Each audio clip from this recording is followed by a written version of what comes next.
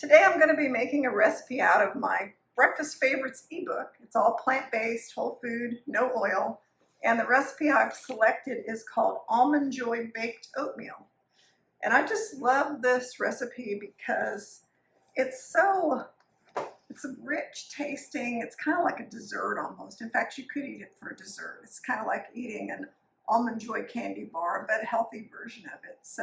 But for breakfast, it's also good because sometimes I get chocolate cravings.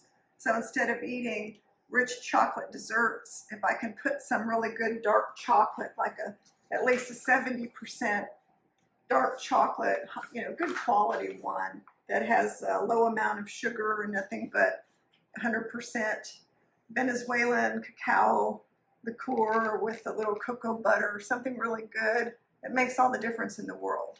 So get the best chocolate you can get a good product, and make sure that it's a high chocolate count and not a milk chocolate product or something like that, and you'll have a good chocolate for this. But really it's pretty simple in terms of what's in the recipe. We'll put some dry ingredients in a bowl, and I have all my ingredients on a tray here so you can kind of see what they are. Everything from the oats to some of the chocolate in a bowl. We can use different kinds of unsweetened shredded coconut. I'm going to be using some plain whole almonds that are not roasted or salted. And I've got some different kinds of almond butter. We can use some almond milk, some maple syrup. And if you didn't want to use maple syrup, you could use date syrup. But today I'm using maple syrup, a little sea salt, some vanilla. So things most people have around, nothing out of the ordinary. So I'll start with a couple of cups of the rolled oats. And you can kind of tell from this bag that these are the kind of rolled oats you get at the bulk section of the grocery store. And they're whole oats or rolled oats. And I get huge bags of them. I need to go shopping and get some more. But I just go to the bulk section and load up because I eat rolled oats all the time, almost every day. And then I'm going to throw in a tablespoon of ground flax seeds. Got them in this bowl here, but just a tablespoon. These are the flax seeds that have been ground up. I use in my smoothies all the time, so I always have these around. A teaspoon of baking powder. So I'm just putting the dry ingredients in the first bowl, and then I'll set it aside, and then we'll do the wet ingredients in another bowl. And then a half a teaspoon of salt, kosher salt, sea salt, just some kind of salt. I would use anything but fine regular table salt. I just don't use that for any kind of baking projects. And then you just gently mix this up. Got to make sure you distribute all the baking powder. You don't want to bite into any big section of baking powder. Then we'll set this aside, and we'll put a bowl together of the wet ingredients. Another good thing about this recipe is you can turn it into whatever you like. This is Almond Joy Baked Oatmeal, but you can make Snickers baked oatmeal. I've seen recipes for that, and the major difference with that is instead of almonds, the Snickers oatmeal has peanuts, like dry roasted peanuts. And instead of coconut, it leaves the coconut out, and it will have the almond butter and the vanilla and kind of the same ingredients, but just a different nut. Omit the coconut. And it will taste more like, the Snickers bar.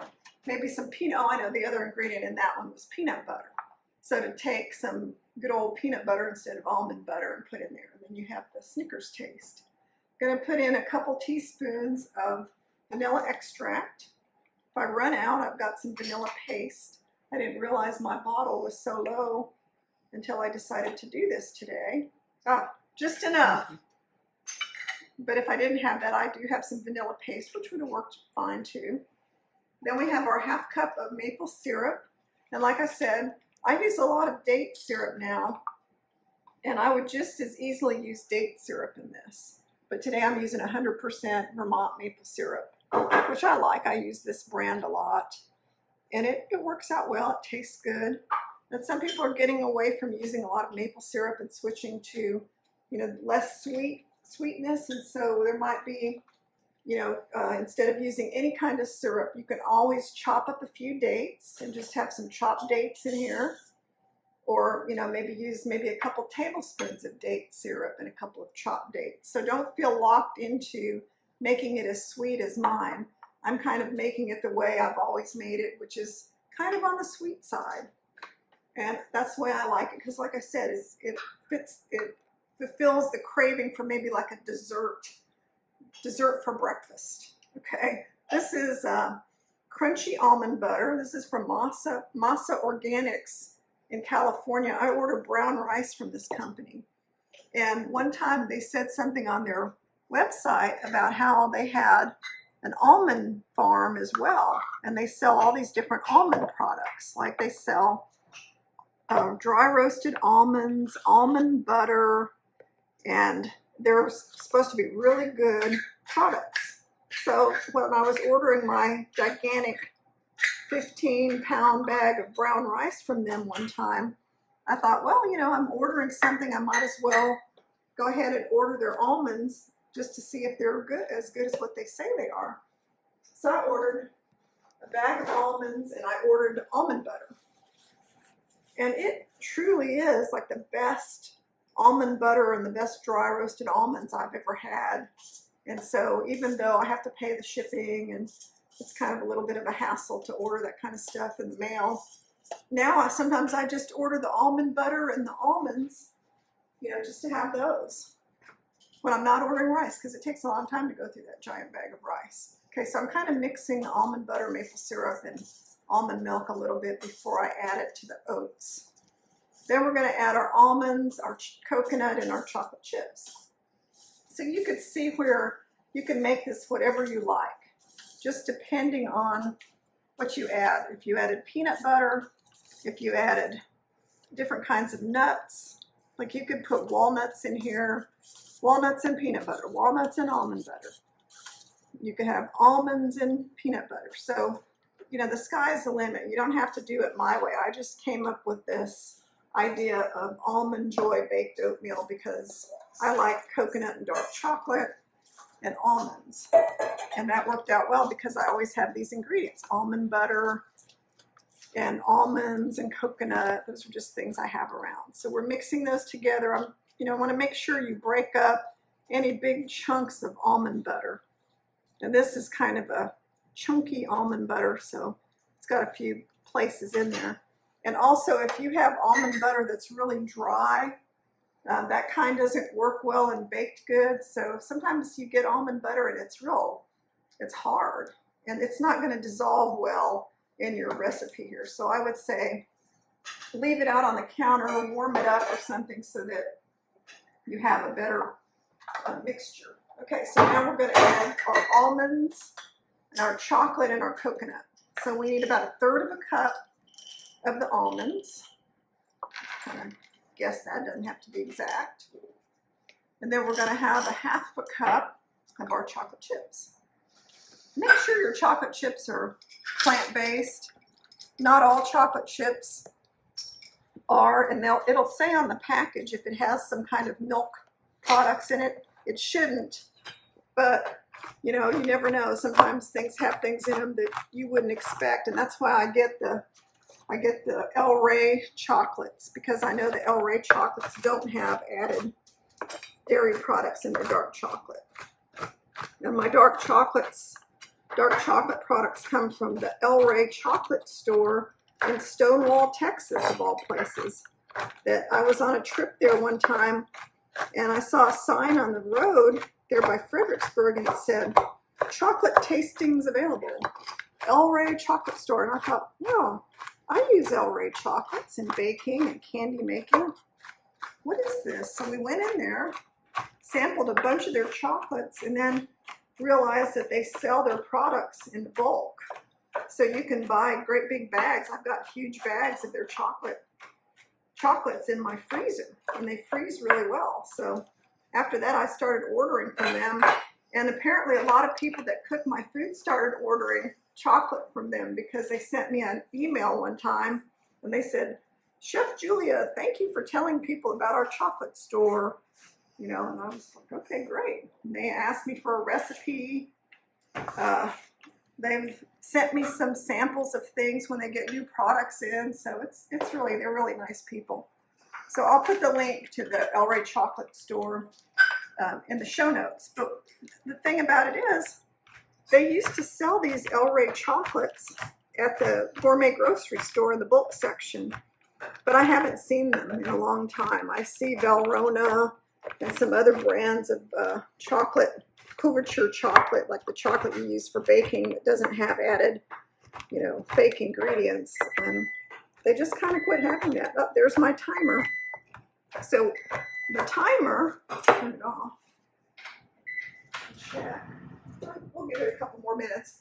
I've got a pan of this oatmeal, this baked oatmeal that's just now done in the oven. So I'll be able to show you what it looks like when it's finished here in just a second. So we're going to add the chocolate. And the last ingredient was the coconut. And it's kind of wet. So right now you think, oh, it's kind of soupy. You know, how is this going to be some kind of baked oatmeal? It looks kind of wet. Well, that's because it hasn't really set up yet. Once it's in the oven, you know, with like overnight oats or different ways, oats absorb liquid and they swell up. And it just hasn't gotten to that point where it's swollen up yet. So now I'm going to add our half a cup of shredded coconut. And I have this nice unsweetened organic shredded coconut. You can buy this in a Gourmet grocery store. So we'll put that in there.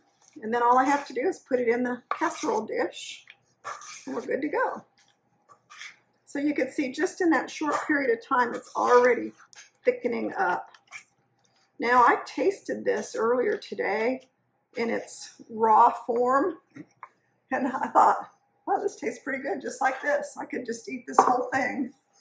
But, and I do eat things like that. I call it chilled oatmeal, where I just take rolled oats and mix it with, you know, nut butter and bananas and fruit and nuts and all kinds of stuff. And I just call that my breakfast oatmeal. So really this could be eaten raw. I wouldn't add the baking powder and salt if I was going to eat it raw, but you get the picture. All right, now the last thing I would do with this before I put it in the oven is I would cover it with some more nuts. Here we are.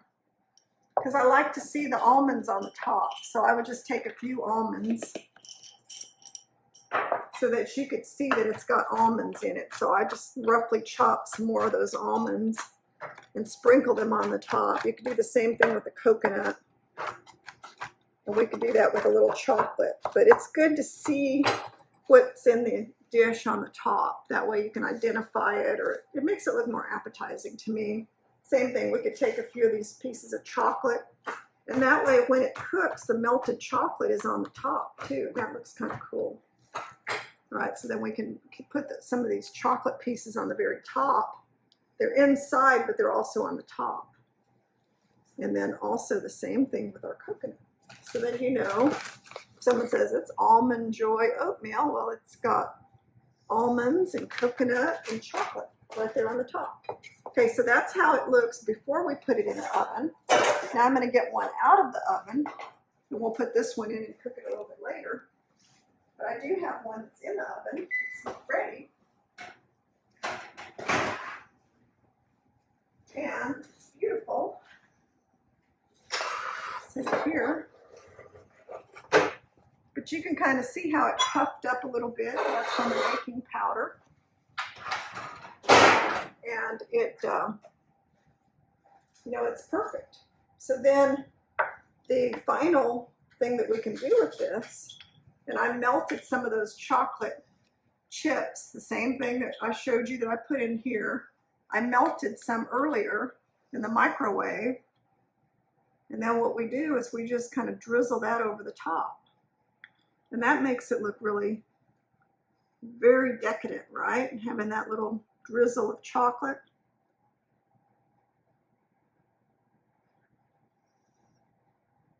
And then for serving it, what we do next, and I'm going to go ahead and put this one in the oven.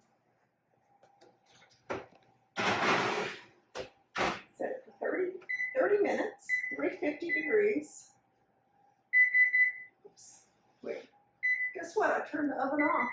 Ooh. All right, sorry about that. set the timer.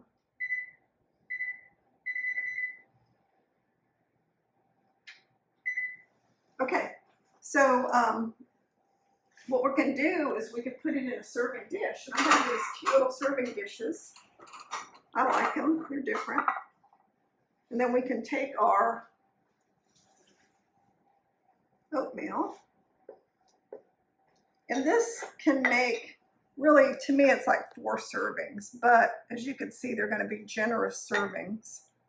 So it could be, let's say, 5 servings or 4 servings for hungry people. Just depends on how much you like to eat.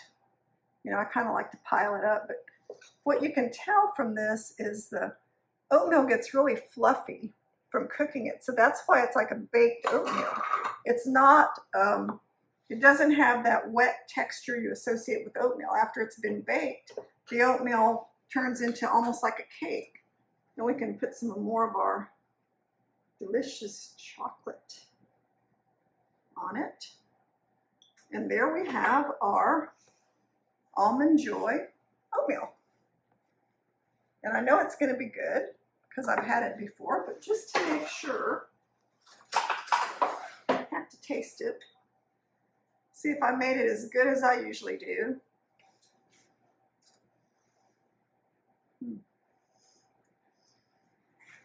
I can definitely taste the coconut and the chocolate. So, you know, I think I'm going to save this for dessert tonight. And if you like a sweet breakfast, if you like baked oatmeal, definitely make the Almond Joy oatmeal. And also consider having it like it's almost like a cake. So I hope you make this recipe. I hope you enjoy it. You can subscribe to my YouTube channel. I do whole food, plant-based, no oil recipes quite frequently, usually every week. And I have ebooks on my website, chef-julia.com. I'll put the links in the show notes. So thank you for watching. And I do hope you make this and enjoy it.